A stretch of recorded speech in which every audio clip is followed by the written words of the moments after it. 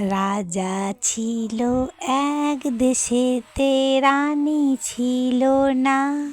রাজার মনে দুঃখ হলো, অসুখ সারে না।